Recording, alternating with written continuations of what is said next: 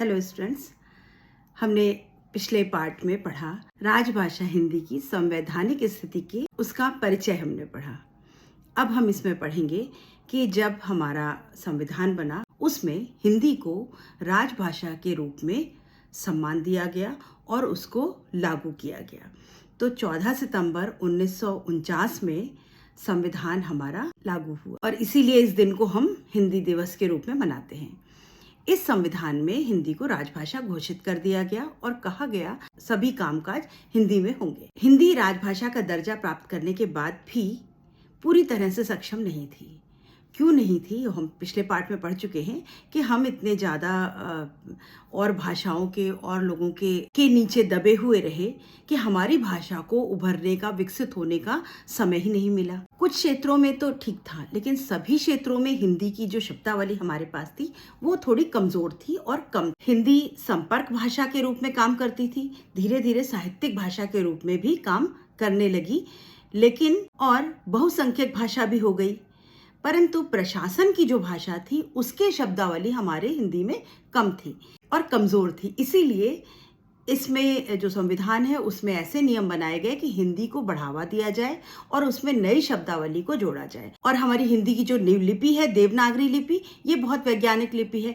तो 49 के बाद राजभाषा बनाने के बाद कहा गया कि वो वाली हिंदी रखनी है जिसकी की लिपि देवनागरी लिपि है, यानी और किसी तरह की हिंदी नहीं लिख सकते आप। अगर देवनागरी हिंदी है तभी आप उसको राजभाषा मान सकते हैं। अब संविधान में 120 अनुच्छेद 120, 214 और 343 से लेकर के 351, अंग्रेजी में बोले तो 120, 214, 340 से 343 से 351 तक जो अनुच्छेद हैं उनमें राजभाषा के नियम बताए गए हैं और कुछ निर्णय दिए गए हैं। और अंग्रेजी क्योंकि पहले से चली आ रही है, अंग्रेजों के काल से 200 साल से अंग्रेजी हमारी भाषा बनी हुई थी कामकाज की, तो उसको भी एज इट इज प्रयोग करने का नियम बना दिया गया। अब हम एक एक अनुच्छेद 1 बाय 1 पढ़ेंगे। अभी संविधान बच्चों है क्या? संविधान एक पुस्तक है जिसमें कि पूरी हमारे देश में जो भी हमारा कंडक्ट ऑफ कोड है, जो भी नियम है वो लिखे गए हैं। लेकिन आपको ये पता होगा कि जब संविधान बना था तो संविधान अंग्रेजी भाषा में ही बना था, बाद में उसका हिंदी में उसको बाद में लिखा गया।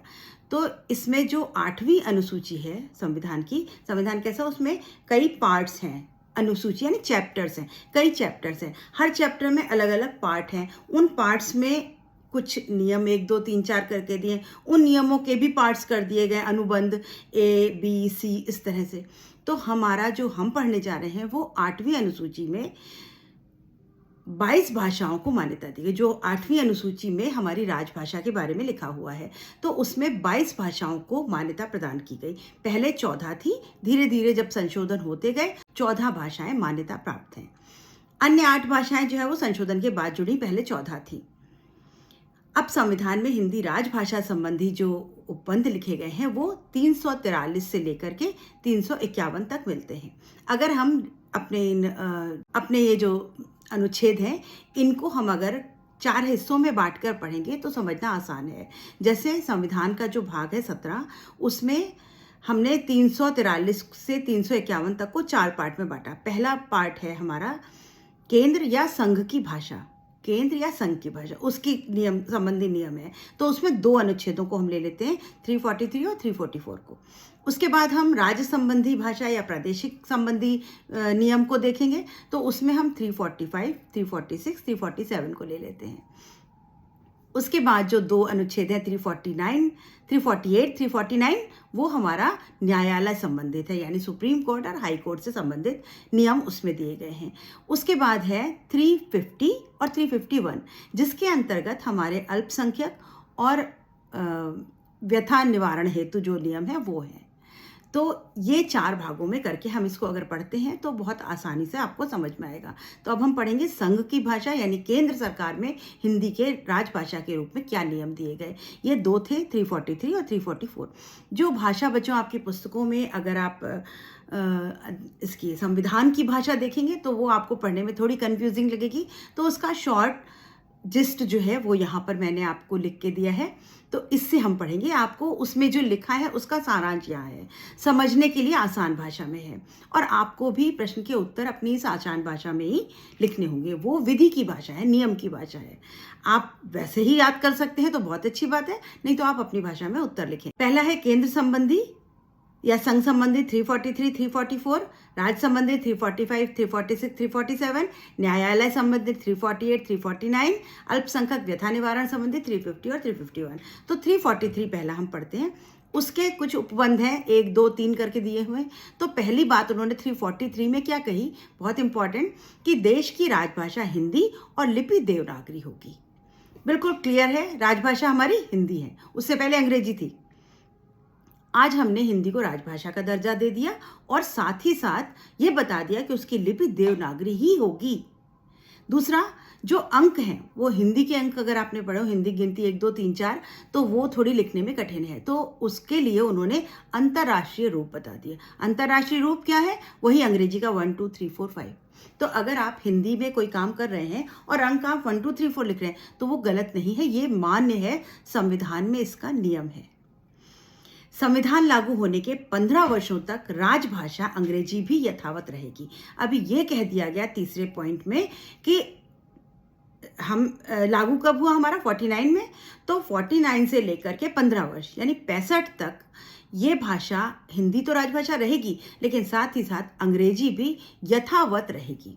यानी सहभाषा, सह राजभाषा के रूप में 15 वर्षों तक अंग्रेजी को रखा गया, क्योंकि केवल हिंदी सारे काम करने के लिए सक्षम नहीं थी, तो इसलिए अंग्रेजी को रखा गया। और क्या कहा गया कि संसद को कानून बनाने की शक्ति होगी। अब ये नियम तो बन गए, लेकिन अगर कोई हेरफेर करनी है, कोई समय के हिसाब से कोई बदलाव करना है, तो संसद को ये अधिकार दे दिया गया कि आप अपना कोई नियम सबकी सहमति से बना सकते हैं। ऐसा नहीं कि ये हार्ड एंड फास्ट हो गया, अब ये कभी जिंदगी भर बदलेगा नहीं, ऐसा नहीं है, क्योंकि समय के अनुसार और परिस्थितियों के अनुसार हमें नियमों को बदलना पड़ता है। तो हमारे संविधान में अक्सर ये संशोधन होते रहे हैं। अभी तीसरा पॉइंट क्या बना दिया कि संसद को अधिकार दिया गया कि 15 वर्ष की अवधि समाप्त होने के बाद, 15 वर्ष तक तो बता दिया कि हिंदी रहेगी और साथ में सह भाषा अंग्रेजी रहेगी, लेकिन 15 वर्ष के बाद भी अगर संसद चाहे तो अंग्रेजी के प्रयोग को यथावत रखने की विधि द्वारा कोई नियम बना सकती है। मतलब 15 वर्ष तक के बाद उन्होंने कहा 15 वर्ष तक तो है ही, लेकिन अगर आप बाद में खत्म हो जानी चाहिए, लेकिन अगर आपको लगता है कि नहीं अभी और ज़रूरत है, नहीं हिंदी हमारी सक्षम है, तो आप अंग्रेजी को ऐसे ही और चला सकते हैं। लेकिन कब, जब आप विधि के द्वारा यानी नियम बना देंगे, तब आप अंग्रेजी का प्रयोग और कर सकते हैं। और यही कारण है कि आज भी हम पूरी तरह से हिंदी को यहाँ नहीं ला पाए हैं, आज भी अंग्रेजी का प्रयोग हम करते जा रहे हैं। और ये बता दिया गया कि राजभाषा अधिनियम के अनुसार, जो 1963 में राजभाषा अधिनियम, अब ये उन्होंने संसद को अधिकार दे दिया, तो संसद ने अपने इस अधिकार का पूरा फायदा उठाया और 1963 में 1963 में एक राजभाषा अधिनियम पास किया और उसमें ये कह दिया कि संघ की राजभाषा हिंदी रहेगी, परंतु अंग्रेजी भी संघ के सभी राजकीय कार्य के लिए प्रयोग की जाएगी। यानी उसके बाद भी 15 वर्षों के बाद भी अंग्रेजी को उतनी ही इम्पोर्टेंस मिलती रही, और हिंदी जो कि और ज़्यादा प्रचलित और ज़्यादा डेवलप होनी चाहिए थी, वो नहीं हो पाई, क्योंकि लोगों के लिए अंग्रेजी पहले से चली आ रही थी, आसान लगती थी, वो करने लगे। लेकिन हिंदी में जो आजकल की जनरेशन को कठिनाई है वो क्यों है, क्योंकि हम हिंदी के सभी शब्दों को प्रचलन में नहीं ला पाए हैं। अब हम पढ़ते हैं 344, 344 अनुच्छेद। उसमें क्या लिखा गया, इसमें जो खास इसकी मुख्य है वो है राजभाषा आयोग संयुक्त संसदीय समिति का गठन। अभी हिंदी को राजभाषा बना दिया गया, लेकिन राजभाषा के कामकाज को चलाने के लिए एक समिति बनाई जाएगी, कोई आयोग बनाया जाएगा, तो राजभाषा आयोग बनाया गया और संसदीय समिति का गठन करने की बात कही गई। क्या नियम था कि राष्ट्रपति को संविधान लागू होने के बाद प्रत्येक 5 वर्ष बाद राजभाषा आयोग का गठन करने का निर्देश दिया गया। 49 में लागू हो गई, तो राष्ट्रपति को कहा गया कि आप जो है वो 5 साल के लिए एक आयोग का गठन करेंगे। 5 साल तक वो आयोग उस हिंदी के विस्तार और प्रचार प्रसार का कार्य करेगा। 5 साल बाद आप फिर से आयोग का गठन करेंगे, और उस गठन में एक अध्यक्ष होगा और 22 सदस्य होंगे। तो एक तो आप उसका हेड बना देंगे, और 22 सदस्य क्यों, क्योंकि 22 भाषाएं जो है वो हमारे संविधान में मान्य है, राजभाषा में मान्य है तो उन 22 भाषाओं के लिए एक एक सदस्य रख दिया जाएगा, यानी एक अध्यक्ष और 22 सदस्य होंगे। अगर कभी इन फ्यूचर 22 की जगह कुछ और भाषाएं हो जाती हैं तो फिर सदस्यों की संख्या बढ़ानी पड़ेगी। और आयोग की समीक्षा प्रत्येक 5 वर्ष बाद राष्ट्रपति द्वारा की जाएगी और हर 5 वर्ष पर उस आयोग की समीक्षा मतलब देखा जाएगा इसमें क्या है, सही बना है कि आयोग नहीं, आयोग सही काम कर रहा है कि नहीं कर रहा है तो उसको बदला जाएगा, कौन कौन से मेंबर इसमें चुने जाएंगे। ये काम राष्ट्रपति का है हर 5वें वर्ष पर। और जो संसद समिति बनी वो हर 10वें साल पर बनी जाएगी। हर 10 साल पर उसका गठन होगा और उसकी रिपोर्ट ली जाएगी। और ये काम कौन करेगा? राष्ट्रपति करेगा। पहला जो राजभाषा आयोग का गठन था वो 1955 में हुआ, जिसकी की अध्यक्षता करी बीजे खेर ने। ये याद करने की चीज है, इसका नाम कभी भी आपसे पूछा जा सकता है। और इस 55 में जो आयोग का गठन हुआ उसने 56 में एक साल बाद राष्ट्रपति को अपनी रिपोर्ट प्रेषित करी। अभी हम बात करते हैं 345 अनुच्छेद की। अभी हमने 343, 44 हमने पढ़ लिया, अब हम पढ़ने जा रहे हैं 45। तो 45 किसके लिए था? अब हम प्रादेशिक संबंधी जो नियम है उनके बारे में बात करेंगे। प्रदेश को अपनी प्रादेशिक भाषा चुनने का अधिकार है।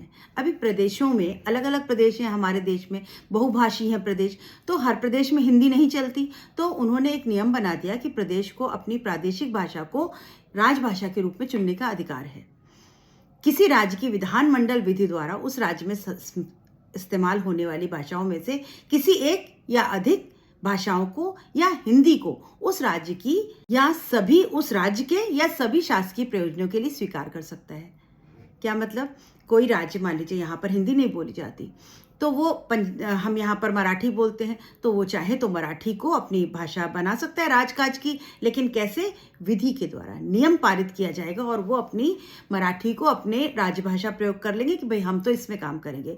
या आप मराठी बोलने वाले प्रदेश हैं लेकिन आप हिंदी चाहते हैं तो आप हिंदी को ले सकते हैं।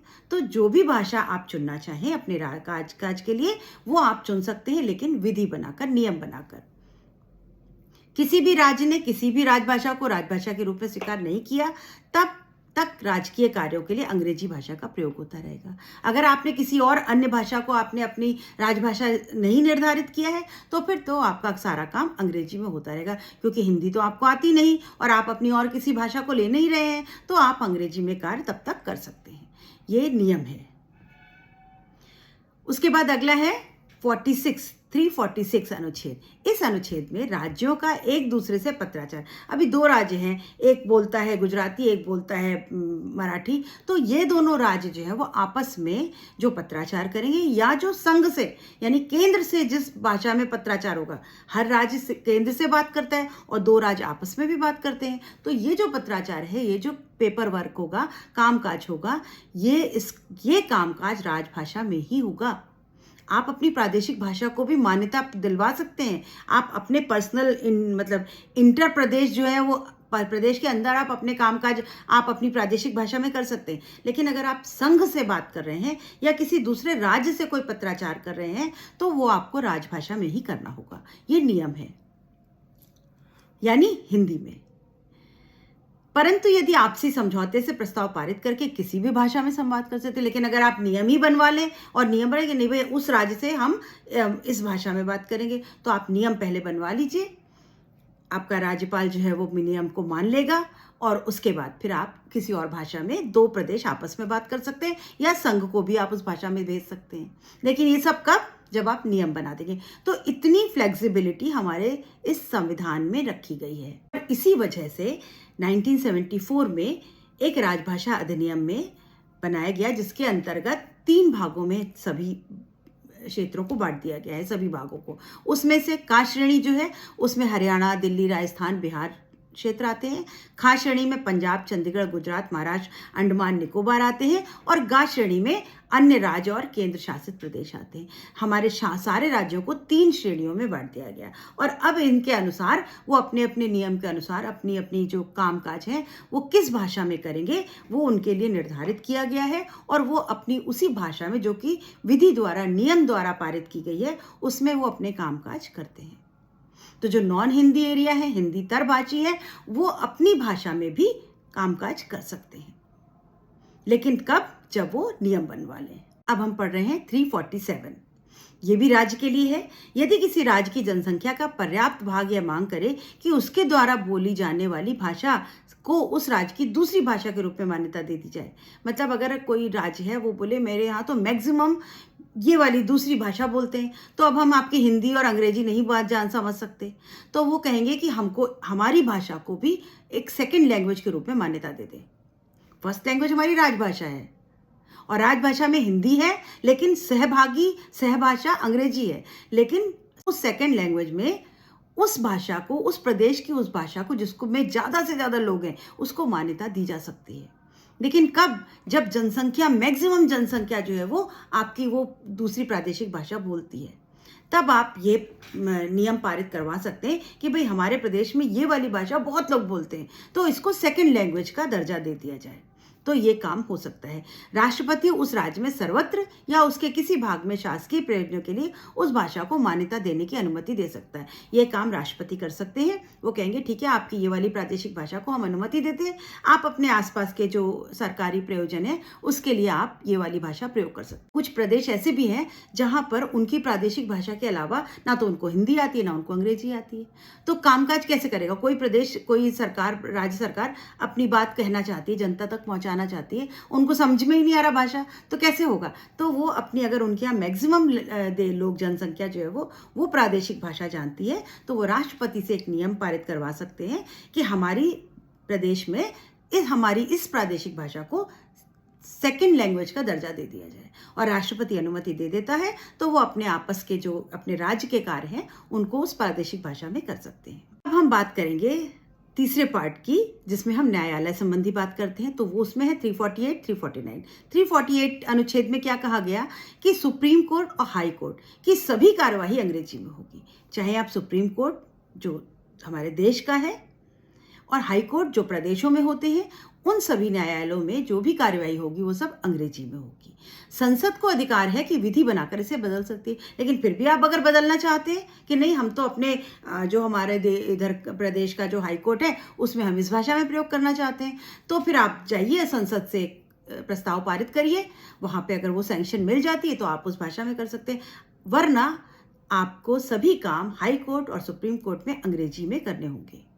जब तक संसद के द्वारा कोई विकल्प नहीं दिया जाता, कोई और भाषा के बारे में बात नहीं की जाती, तब तक विधेयक, अध्यादेश, न्यायालय, उसकी सभी कार्यवाहियां अंग्रेजी में होंगी और भाषा के कानून जो बनेंगे, अधिनियम बनेंगे, वो उस सब काम जो है वो अंग्रेजी में ही होंगे। राष्ट्रपति के निर्देश पर हिंदी में अनुवाद करवा सकते हैं, यानी जो सुप्रीम कोर्ट, हाई कोर्ट के जो भी काम है वो सब अंग्रेजी में होते हैं। अगर बहुत परेशानी होती है तो राष्ट्रपति अगर आदेश देता है तो उसका अनुवाद, ट्रांसलेशन करवा दिया जाता है हिंदी में। और अगर आप किसी एक अपनी क्षेत्रीय भाषा की बात करते हैं तो आप जाइए राज्यपाल से, राष्ट्रपति से संसद में पारित करवाइए, तब आप अपने हाई कोर्ट का काम जो है वो थोड़ा बहुत आप अपनी प्रादेशिक भाषा में कर सकते हैं, अगर आपको कोई बहुत अधिक असुविधा है तो।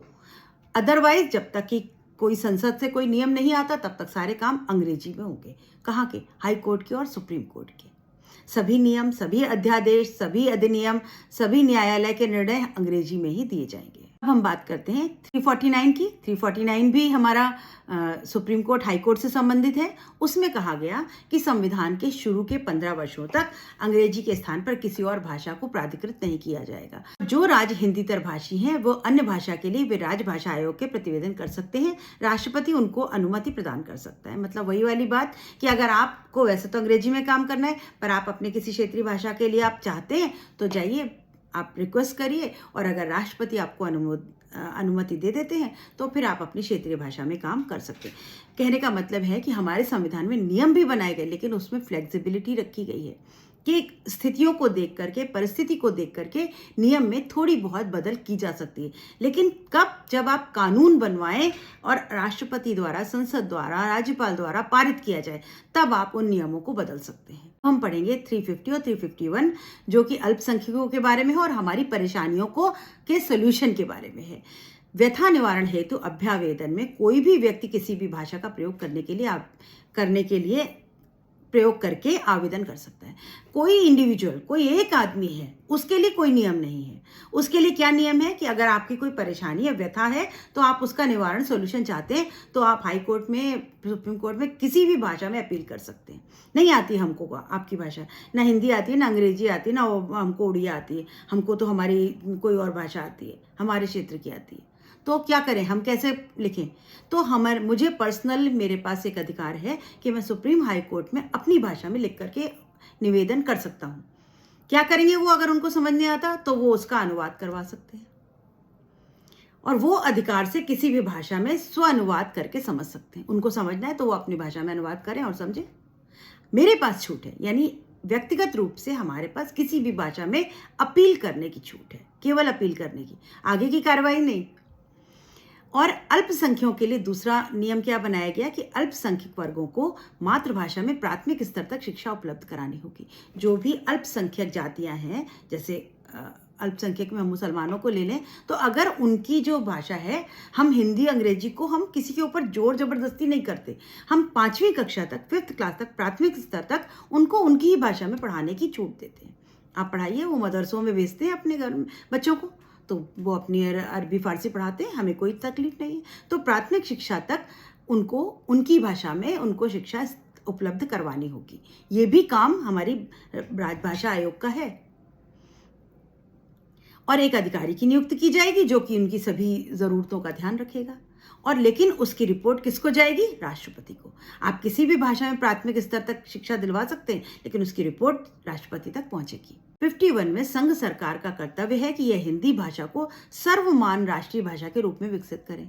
अभी यहाँ पर यह नियम बहुत इंपॉर्टेंट है। यहाँ पर संघ सरकार का कर्तव्य है कि हिंदी को सर्वमान्य राष्ट्रीय भाषा के रूप में विकसित करना है। तभी तो हम ये हिंदी पखवाड़ा, हिंदी सप्ताह, हिंदी दिवस मनाते हैं और बहुत सारे कार्यक्रम चलाए जाते हैं। आज तो प्राइवेट्स में भी ये कह दिया गया है कि आपको हिंदी में कार्य करना ही होगा, और ये जबरदस्ती नहीं है, लेकिन कुछ ऐसे कार्यक्रम करने हैं कि लोगों की इच्छा जागृत हो और वो पूरे गर्व के साथ हिंदी में काम कर सकें। जोर जबरदस्ती नहीं करवानी है, लेकिन फिर भी उनको बराबर प्रोत्साहित करना है कि वो अधिक से अधिक हिंदी में काम करें, जिसका पूरे राष्ट्र में गर्व सहित प्रयोग किया जा सके और वह भारत की मिश्रित संस्कृति को अभिव्यक्त कर सके। मिश्रित संस्कृति, हमारे भारत की संस्कृति कैसी है कि हम अलग अलग बोली वाले, अलग अलग भाषा वाले, अलग अलग कल्चर वाले लोग हैं, लेकिन हमको हिंदी आनी चाहिए। इसके लिए हिंदी तथा अन्य भाषाओं के शब्दों को ग्रहण करते हुए अनुकूलन करना होगा। इसीलिए हमारी हिंदी भाषा में बहुत सी अन्य भाषाओं के शब्दों का अनुकूलन कर लिया गया है, उनको उसमें ले लिया गया है कि हमारी हिंदी और समृद्ध हो और जितने भारतवासी हैं, चाहे वो किसी भी भाषा बोली के बोलने वाले हो, वो हिंदी बोलने पर गर्व कर सके। और साथ ही साथ इसे एक अधिकारी की नियुक्ति की जाएगी जो कि हिंदी के प्रचार में, उसके उत्थान में अपने नए नए क्रियाकलाप करता रहेगा। हिंदी के विकास के निर्देश देता रहे कि हिंदी को किस तरह से विकसित किया जाए। आप लोगों के स्कूल में भी लेटर राइटिंग कंपटीशन होती है, पत्र लेखन कार्यक्रम होता है, बहुत से हिंदी सप्ताह पखवाड़ा चलता है, तो बहुत सारे हिंदी के कार्यक्रम होते हैं। वो सब क्यों होते हैं? इसी संविधान के इस नियम के तहत होते हैं। और ये सारी रिपोर्ट जो है वो राष्ट्रभाषा आयोग को जाती है कि किस सरकारी संस्थान में क्या क्या काम किए गए। ऑफिसेस में होता है, जो कार्यालय लोग के कार्यकारिणी लोग होते हैं, उनको भी ये सब काम करवाए जाते हैं, उनको सिखाया जाता है, उनकी ट्रेनिंग होती है। जो हमने ये राष्ट्रभाषा अधिनियम 1963 की जो विशेषताएं हैं उसके बारे में बात कर लेते हैं एक बार शॉर्ट में। राजभाषा अधिनियम 1963 में कुल 9 उपबंध हैं, और उस 9 हम जो पढ़े हमने उसमें 9 उपबंध है। इसमें क्या बताया गया कि हिंदी भाषा के अतिरिक्त अंग्रेजी सहभाषा के रूप में सरकारी प्रयोजनों में प्रयुक्त होगी। अंग्रेजी को जारी रखने के लिए कोई निश्चित या अंतिम तिथि नहीं है। अब तक ऐसा कोई नियम नहीं बनाया गया कि ये बस अब यहाँ तक अंग्रेजी होगी, इसके बाद नहीं, ऐसी कोई अंतिम तिथि नहीं है अभी तक। इस अधिनियम के उपबंध 3 के अनुसार अंग्रेजी भाषा के बने रहने के लिए कानूनी प्रावधान है। मतलब 3 जो अधिनियम का जो तीसरा पार्ट है उसमें ये कानूनी अधिकार दे दिया गया है कि अंग्रेजी सहभाषा के रूप में बनी रहेगी। कब तक ये कोई निर्धारित नहीं। इसी के अनुसार हम अब द्विभाषी रूप में काम करने लगे, यानी हिंदी भी और अंग्रेजी भी। कोई भी लेटर, कोई भी विज्ञापन, कोई भी सरकारी कागज बनता है तो वो हिंदी में भी लिखा जाता है और साथ ही साथ अंग्रेजी में भी लिखते हैं। हिंदी पहले लिखते हैं क्योंकि वो हमारी राजभाषा है, और अंग्रेजी सहभाषा है तो अंग्रेजी में भी लिखा जाता है, जिससे किसी को कोई परेशानी ना हो। ये बाइलिंगुअल द्विभाषी रूप में सरकारी कामकाज होने लगे हैं। हिंदी अनुवाद का भी प्रावधान कर दिया गया है, और अभी अब ये प्रावधान है कि कोई भी भाषा अगर आपको समझ नहीं आ रही है तो आप उसका हिंदी में अनुवाद करवा सकते हैं। इसी अधिनियम के तहत अंग्रेजी के अलावा हिंदी या किसी अन्य राजभाषा की शिक्षण भाषा के प्रयोग की सहमति राज्यपाल द्वारा दी जा सकती है, और राज्यपाल को यह अधिकार है कि वो हिंदी और अंग्रेजी के अलावा अगर और किसी भाषा की भी, प्रादेशिक भाषा की शिक्षा की सहमति देना चाहता है तो वो अगर नियम बना देंगे तो आपकी जो तीसरी लैंग्वेज है, जो कोई अन्य भाषा है, उसको सेकंड लैंग्वेज का दर्जा देकर आप उसकी पढ़ाई अपने विद्यालय में करवा सकते हैं। तो हमारा जो ये राजभाषा अधिनियम है ये बहुत अच्छा, सबके लिए, हर परिस्थिति के लिए, हर काल के लिए है। और सबसे बड़ी बात कि हमारे संविधान की जो विशेषता है कि वो समय और परिस्थिति के अनुसार उसको बदला जा सकता है, वो फ्लेक्सिबल है। लेकिन ऐसे ही बदलना आसान नहीं है, उसमें बहुत से लोग विद्वान बैठते हैं, बातचीत करते हैं, चर्चा करते हैं, तब कोई नियम मिलता है और उस नियम को फिर पारित करके नियम बना के विधि के रूप में संविधान में संशोधन किया जाता है और फिर उसके अनुसार कार्य किया जाता है। तो ये था हिंदी की संवैधानिक स्थिति। अब इस संविधान में जो नियम बना दिए गए उसके अनुसार हिंदी का क्या विकास हो रहा है, क्या प्रचार हो रहा है, सरकार और क्या कदम उठा रही है, इसके बारे में हम पढ़ेंगे अगले वीडियो में। तो तब तक आप अपनी पढ़ाई करते रहिए। अगर कुछ समझ में नहीं आया तो कमेंट में पूछिए, अगर समझ में आया तो भी मुझे कमेंट में लिखिए, और शेयर करिए अपने दोस्तों के साथ। मिलते हैं नेक्स्ट वीडियो में। Good bye.